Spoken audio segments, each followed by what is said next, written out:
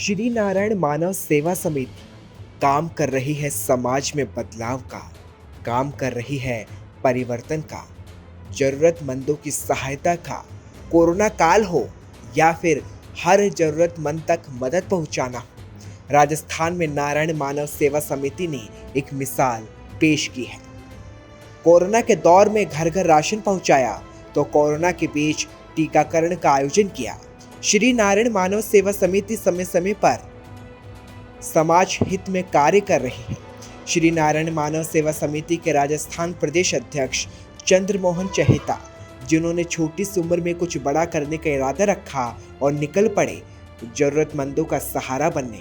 इसके साथ ही श्री नारायण मानव सेवा समिति के साथ जुड़कर कार्य कर रहे समाज सेवियों का भी बेहद बड़ा योगदान है, जिसको लेकर राजधानी जयपुर में समिति की ओर से उन समाज सेवियों के सम्मान में अवार्ड सेरेमनी का आयोजन किया गया। ये हमारा श्री नारायण मानव सेवा समिति के नाम से संगठन चल रहा है और ये पिछले 7 सालों से ये निरंतर काम कर रहा है। और आज हमारा एक नेशनल अवार्ड सेरेमनी था, उसमें हमने 402 लोगों का नॉमिनेशन हुआ, उनमें से 40 लोगों को हमने नॉमिनेट किया। और ये पूरे भारत से अलग अलग जगह से आए हैं, गोवा, महाराष्ट्र, सभी जगह से आए हैं। ये राजस्थान से बाहर जैसे बांग्लादेश से भी यहाँ पर लोग आए हैं। और आज के जो मुख्य अतिथि थी वो IPS श्वेता धनखड़ जी थी और बहुत अच्छा प्रोग्राम रहा और आपने भी मनोबल बढ़ाया, इसके लिए धन्यवाद, बहुत बहुत धन्यवाद सर। महाराणा प्रताप ऑडिटोरियम में किए गए इस विशेष आयोजन में मुख्य अतिथि IPS DSP यातायात श्वेता धनखड़, साथ ही विशिष्ट अतिथि के तौर पर पुष्पेंद्र भारद्वाज पहुंचे। इसके साथ ही कार्यक्रम में पद्मश्री पप्पू मास्टर रामदेव, आचार्य स्वामी लक्ष्मीराम समेत तमाम समाज सेवी और अतिथि मौजूद रहे। जनक राज स्वामी अध्यक्ष स्वामी लक्ष्मीराम पीठ, जौहरी बाजार, जयपुर। मैं आज इस कार्यक्रम में मानव सेवा समिति के कार्यक्रम में आया हुआ हूँ। ये संस्था जो है नारायणी मानव सेवा समिति में का कार्यक्रम में आया हूँ। ये संस्था जो है एक बहुत बढ़िया काम कर रही है। मैं पिछले 30 वर्षों से अनेक NGO में काम कर चुका हूँ या अभी भी पूरे भारतवर्ष में काम करता हूँ। मैंने इनका काम भी देखा, ये बहुत बढ़िया काम कर रहे हैं और आशा है कि ये इसी तरह जो है भविष्य में भी इसी तरह काम करते रहेंगे। मैं भगवान से प्रार्थना करता हूँ कि इनकी संस्था जो है दिन रात और चौगनी जो है उन्नति करती रहे और इन लोगों में क्योंकि उत्साह है और ये काम करने में जो हैं बढ़ चढ़ कर हिस्सा लेते हैं, तो आशा है कि इसी गति से ये अपने काम को बढ़ाते रहेंगे। और इनका इस संस्था के से अध्यक्ष चंद्रमोहन जी जो हैं एक युवा और कर्मठ कार्यकर्ता हैं और बहुत बढ़िया समाज सेवा अनेक प्रकल्पों के द्वारा कर रहे हैं। तो भगवान इनको उन्नति दे और इस कार्य को आगे बढ़ाने में ये अग्रसर हों। धन्यवाद। सर, क्या कहना चाहिए? मेरे को बहुत खुशी हो रही है आज नारायण सेवा समिति के इस कार्यक्रम को देख करके। आज एक बहुत ही अच्छा इन्होंने कार्यक्रम यहाँ पर रखा है और इसमें अलग अलग क्षेत्र में काम करने वाले, शिक्षा में और क्या नाम से मेडिकल में और सामाजिक कार्यों के अंदर बढ़ चढ़ कर जो लोग जिन्होंने अच्छे अच्छे कार्य में योगदान दिया है और नाम कमाया है, आज उनको यहाँ पर सम्मानित किया जा रहा है। और ये देख करके बहुत खुश हो रहा है, खुशी की बात है कि अलग अलग स्थान से, राजस्थान से नहीं, राजस्थान के सभी ज़िलों से नहीं, बल्कि राजस्थान के अलावा भारत के अलग प्रदेशों से भी लोग यहाँ आए हैं और एक बहुत अच्छी यहाँ पर भीड़ जुटी है और सब लोग इसका कार्यक्रम का आनंद ले रहे हैं। सबका मनोबल बढ़ रहा है, सबको बहुत कुछ सीखने को मिल रहा है। संस्था की ओर से कार्यक्रम में करीब 40 समाज सेवियों को सम्मानित किया गया। इस खास मौके पर जयपुर गुलाबी टाइम्स के संपादक और सनस्टार टीवी के editor in chief Arjun Lal Bairwa को भी मंच पर सम्मानित किया गया।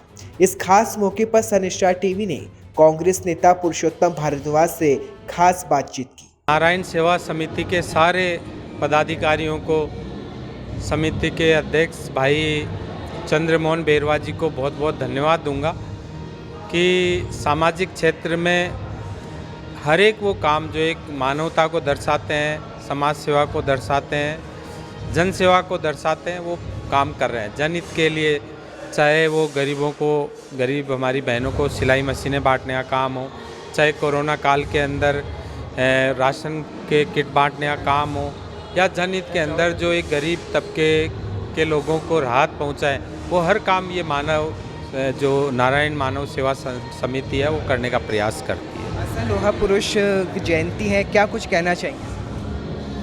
सरदार पटेल जी के लिए तो जितना कहो वो उतना ही कम है।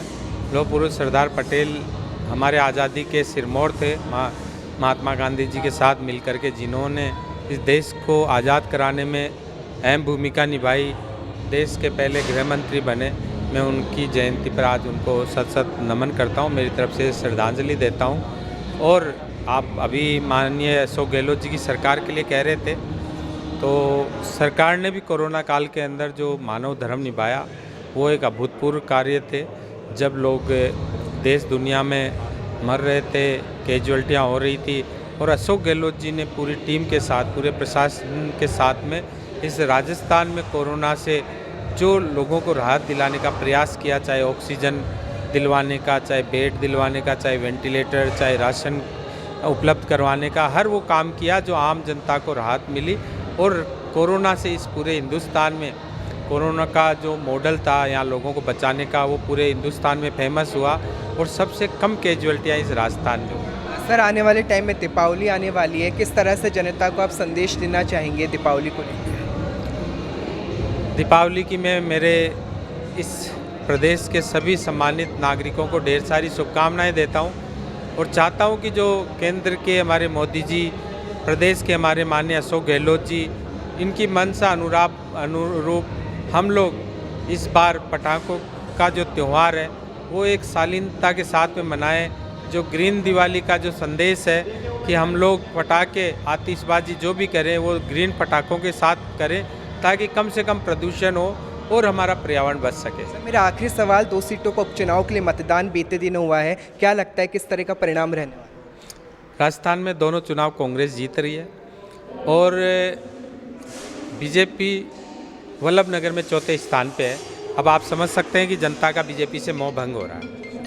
इस वक्त हमारे साथ भारद्वाज जी मौजूद हैं, जिन्होंने साफ कहा है कि 2 सीटों पर होने वाले उपचुनाव में कांग्रेस एक बार फिर विजयी होगी, और इसके साथ ही उन्होंने बीजेपी पर भी तीखा प्रहार किया है। सनस्टार टीवी श्री नारायण मानव सेवा समिति के कार्य को सलाम करता है, जो समाज हित में ऐसे लोगों का सहारा बन रहे हैं जिनका कोई नहीं, ऐसे लोगों के चेहरे पर मुस्कान बिखेर रहे हैं जिनके बारे में शायद कोई नहीं सोचता।